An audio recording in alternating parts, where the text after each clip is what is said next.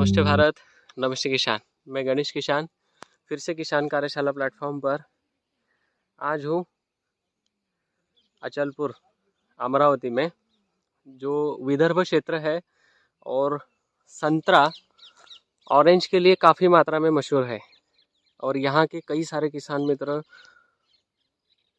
As a Ganesh किसान के साथ जुड़े हुए हैं। और मेन क्या है कि यहाँ पर इस क्रॉप प्रणाली में काफ़ी समस्याएं आ रही है, तो इसके लिए एक अलग सा सेशन रखूँगा। और संतरे में क्या क्या नई चीज़ें जो आ रही है, उन चीज़ जो फंगल वायरल जो आ रहा है उसको परिपूर्ण मतलब लगभग जड़ से ही ख़त्म कैसे करें, इसके ऊपर एक सेशन रहेगा मेरा। उससे पहले यही किसान मित्र ने बाजू में केला लगाया हुआ है, वीडियो देखते देखते वीडियोस के माध्यम से ही गाइडलाइन ले रहे हैं। और काफ़ी अच्छा और प्रीमियम केला मुझे साइट से ही दिख रहा है।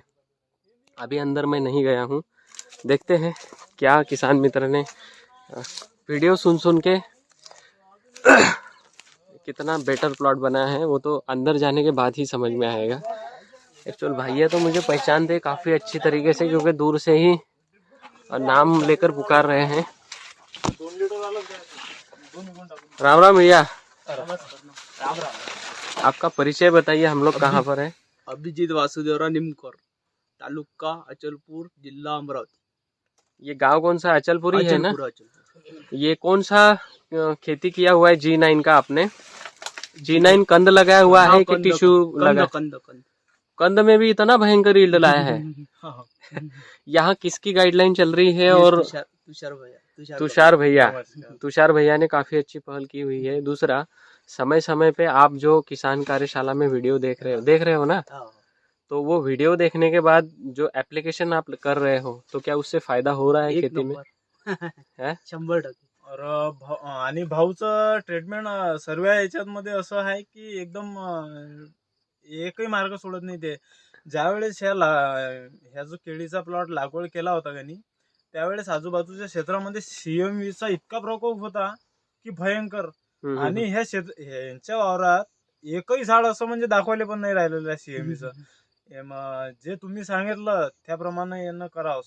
त्याच्या दुसऱ्या दिवशी जेवढं सांगितलं तेवढंच, म्हणजे असं एकही काम नाही सोडलं की ते करायचं नाही म्हणून, अजूनही उत्तेजित राहतातच। याच्यामुळे होतं काय की ते स्वतः त्यांच्या ह्याच्यातून हे सांगतील की बघा, आजार येण्याच्या आधी जर तुम्ही प्रतिबंध जर केले ना, तर आजार तिथे दिसत नाही।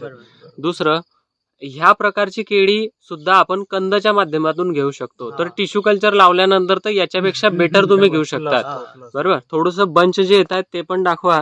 आणि तुमची प्रणाली जी आहे लागवडीची, ही किती बाय किती लागवड?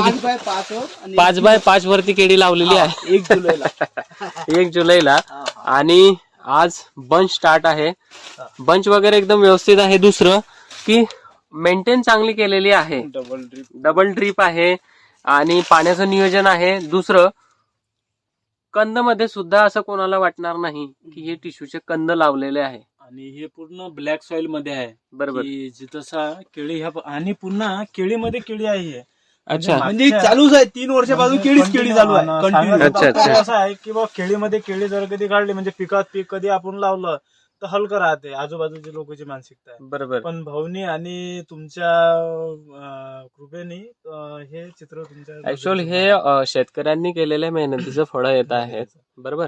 दुसरं, आता करायचं काय, ठीक आहे केळीवर केळी करतायत, पण केळीच्या नंतर एक बियाणं प्लॉट करायचं, म्हणजे जेणेकरून हरभरा वगैरे घ्यायचा आणि नाहीतर ज्वारी घ्यायची, त्याच्यानंतर केळी करायची, बरोबर? हरभरा गहू ह्या 2-3 पैकी, बरोबर? म्हणजे होईल काय की आपण जर अतिशयोक्ती केली कुठेही, तर मग अति तिथं माती होणार आहे। तर ही माती आपल्या कामाची नाही आहे, बरं का? माती झाली तरी बी आपलीच माती करेल ती।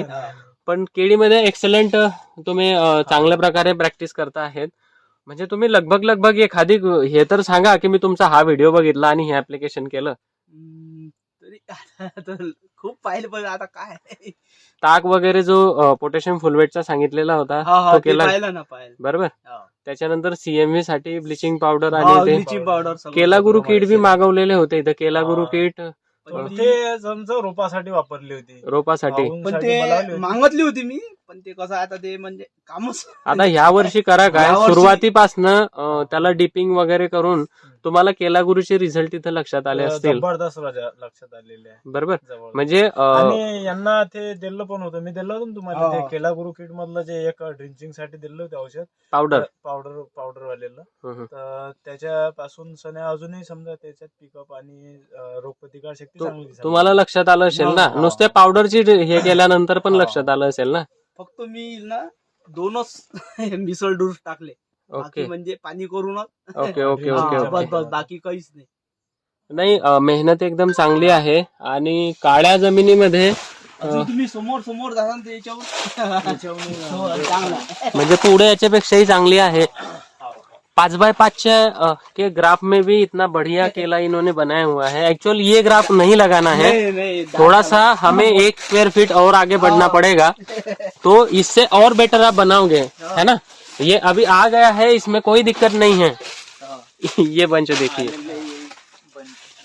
है ना. ये ये कब का लगाया हुआ है? 1 जुलाई 1 जुलाई. हाँ, दोनों- एक्चुअल बंच जो है ना, इसकी क्वालिटी इससे भी बेटर आनी चाहिए. हाँ, अगली बार से कंद खेती से 2 पैसे जेब में ले लो, अगले बार से टिश्यू कल्चर ही जाना है. भले ही 5 एकड़ का प्लानिंग कर रहे हो तो 5 एकड़ दिमाग से निकाल के 2 एकड़ में ही केला करो. 2 एकड़ में एवरेजली 40 टन का एवरेज, 80 टन माल निकाल के 2 पैसे और उसमें जमा करो, और फिर अगली बार केले में केली बढ़ाओ. अचानक से 5 एकड़ केला करना है, दिमाग से निकाल दो. ठीक है. केले को पहले समझो, समझने के बाद में फिर अपने खेत में उसे प्रैक्टिस के तौर पे लगाओ, और प्रैक्टिस 100% होनी चाहिए. फिर उसमें ईल्ड आने से कोई नहीं रोक सकता है. ठीक है. बरोबर. ओके. Thank you Bharat.